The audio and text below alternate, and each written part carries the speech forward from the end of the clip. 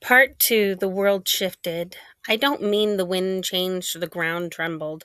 I mean the entire landscape rippled like someone had thrown a stone into reality, and the world was the pond. The trees bent without wind, the sky flickered. The cracked moon pulsed like a heartbeat. I staggered, grabbing a tree branch for balance. What now?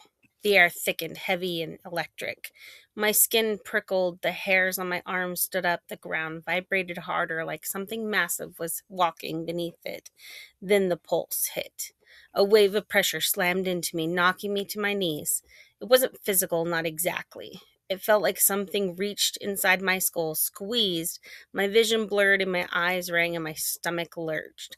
I pressed my forehead to the glowing grass, gasping, "Stop! Stop!" The pulse faded as quickly as it came. I lay there for a moment, breathing harder, trying to steady myself. My heart hammered against my ribs like it was trying to escape. What the hell was that? The interface flickered into view, glitching at the edges. Code, temporal pulse detected, stability 92% to 87%. Warning, environmental shift imminent. Environmental shift? What is that even? A roar cut through the air. Not the same creature as before, this one higher pitched, sharper like metal scraping against metal. It echoed across the plain, bouncing off the strange glass-leafed trees. I forced myself to stand. Okay, no more lying on the ground. That's how you get eaten. I scanned the area. The shimmering pool was behind me, the forest ahead.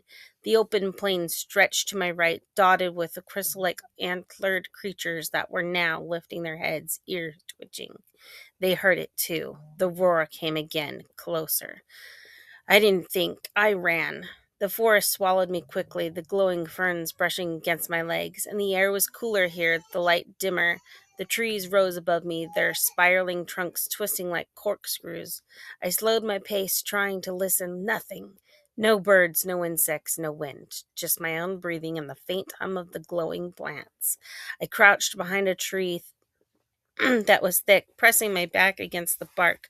My ribs echoed, my knees trembled, sweat dripped down my spine. Okay, Jax, think. You need a plan. I didn't have one. I didn't even know the rules of this world yet. I didn't know what the creatures were, what the pulse meant, or why the sky cracked like grass. I didn't know if I was alone. The thought hit me harder than I expected. Alone. No radio, no backup, no familiar landmarks, no way home. I swallowed hard, focusing the panic down. Not helpful. Focus. I checked my surroundings again. The forest was still, too still. The silence pressed against me like a weight. Then I heard it, a faint clicking sound. Click, click, click. Slow, deliberate, getting closer. I held my breath.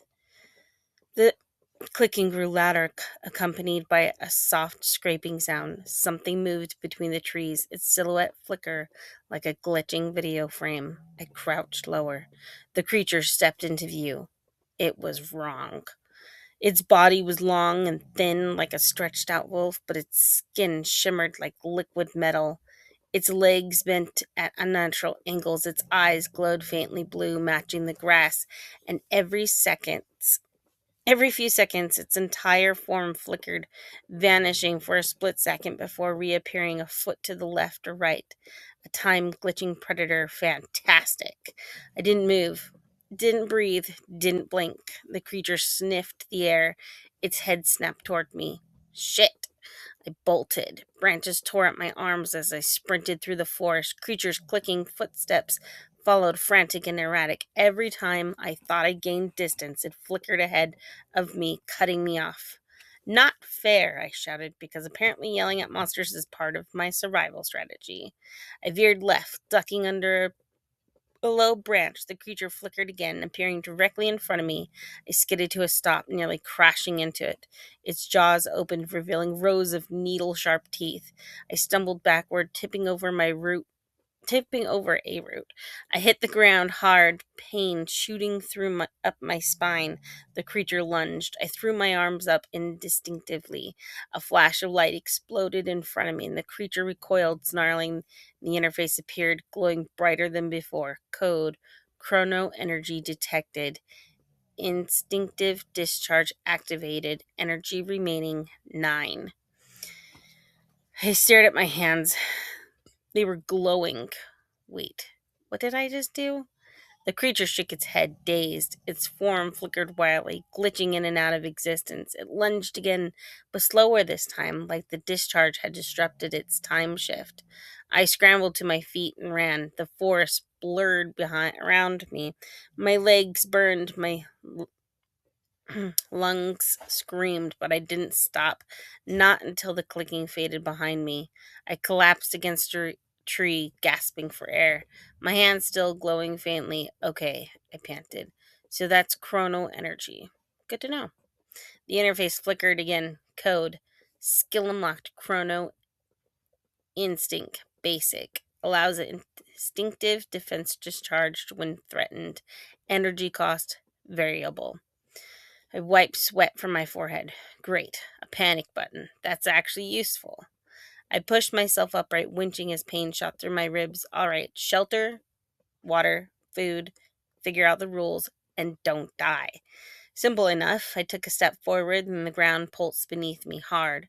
I stumbled, grabbing a tree for balance, and the sky flickered again, the cracked moon pulsing even brighter, and the interface glitched. Code temporal stability 87% to 81%. Warning localized reset approaching. Reset? Reset what? The forest darkened, shadows stretching unnaturally, and the air grew colder. The glowing plants dimmed. Something was happening, something big. I needed to move. I pushed deeper into the forest, following the faint sound of the running water. My ribs arched with every step, and my legs felt like lead. But I kept going. The trees thinned, opening into a small ravine. A stream flowed at the bottom, its water simpering with faint chrono energy. I slid down the slope, landing hard on my knees. Pain shot up through my legs, but I ignored it. I crawled to the water's edge and cupped my hands, drinking greedily. Warmth spread through my chest, soothing some of the pain, and the interface updated. Code Chrono energy +6.